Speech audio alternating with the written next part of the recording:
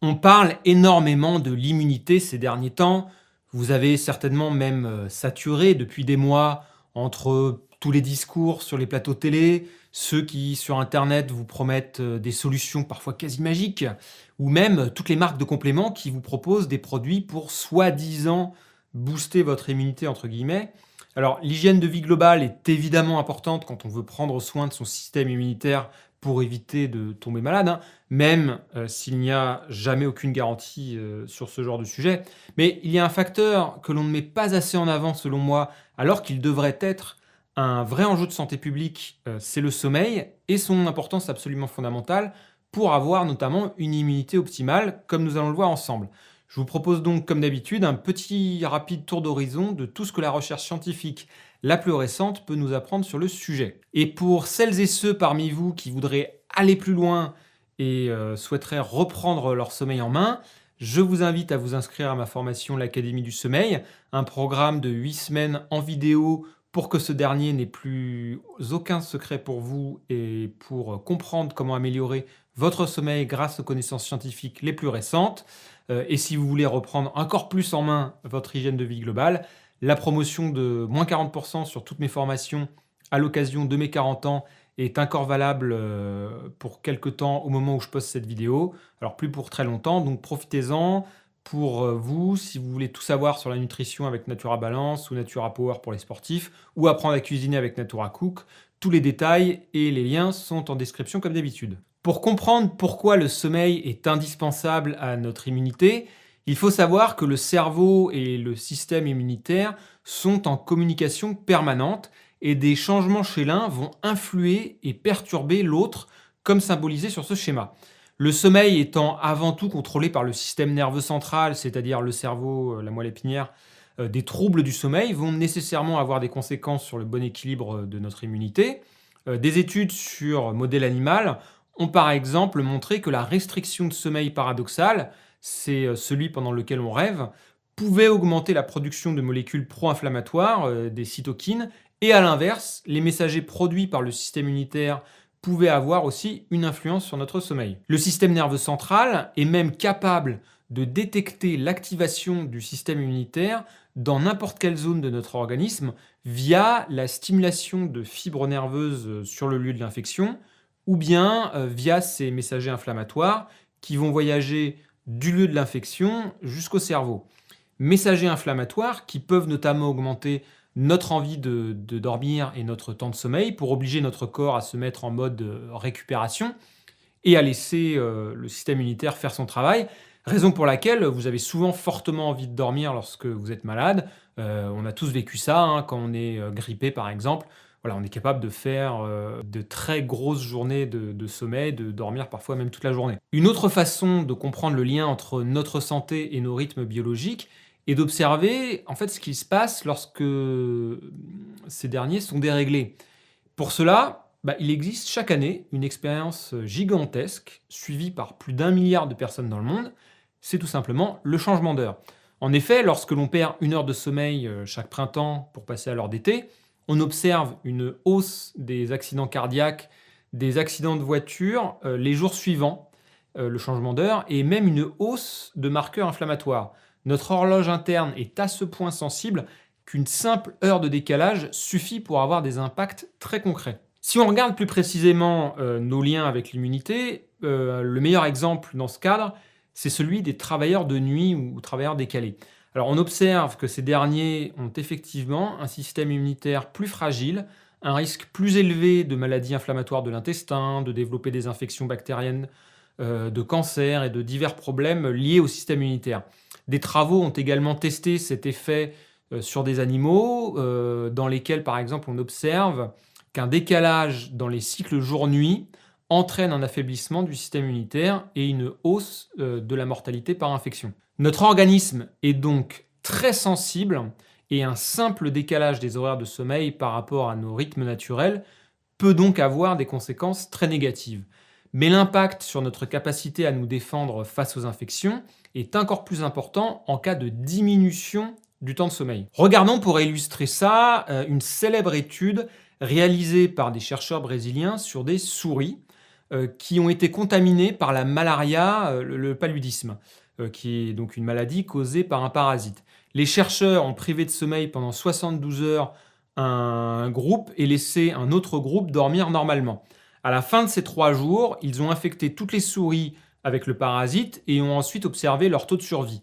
L'effet a été assez radical puisque 18 jours après l'infection, toutes les souris qui avaient été privées de sommeil étaient mortes, alors que 90% de celles ayant gardé un sommeil normal avaient survécu. Pour faire simple, le fait d'être déjà en manque de sommeil, d'avoir une importante dette de sommeil, au moment où vous croisez une infection, fait que votre système immunitaire va être bien moins performant à la neutraliser tout de suite.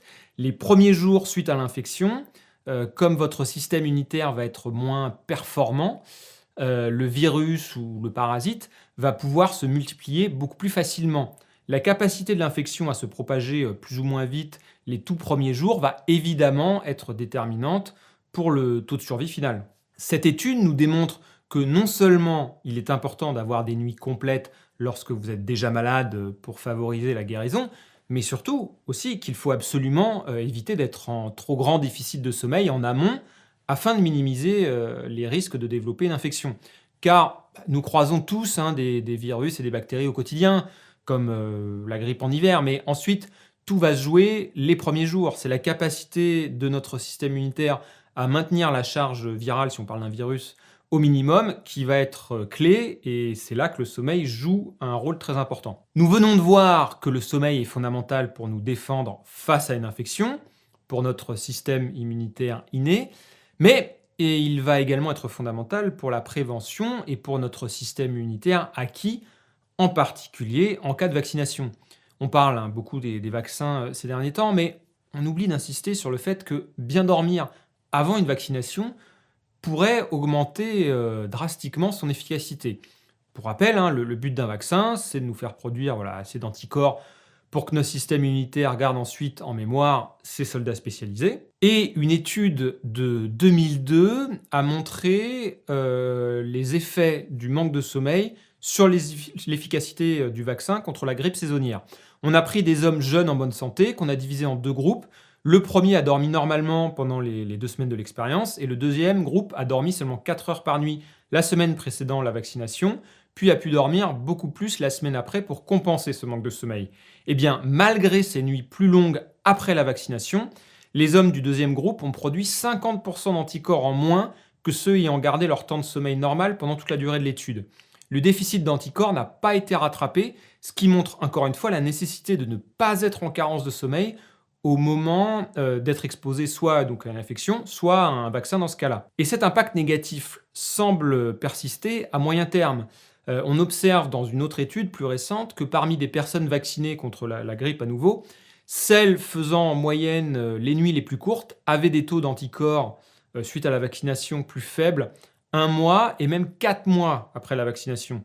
Il est donc fondamental de vous assurer de ne pas avoir de dette de sommeil la prochaine fois que vous vous ferez vacciner. Est-ce que le manque de sommeil pourrait aussi être un facteur de risque pour certains cancers ?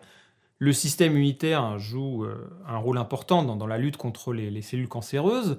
Il est donc logique de se poser la question du rôle du sommeil dans celle-ci.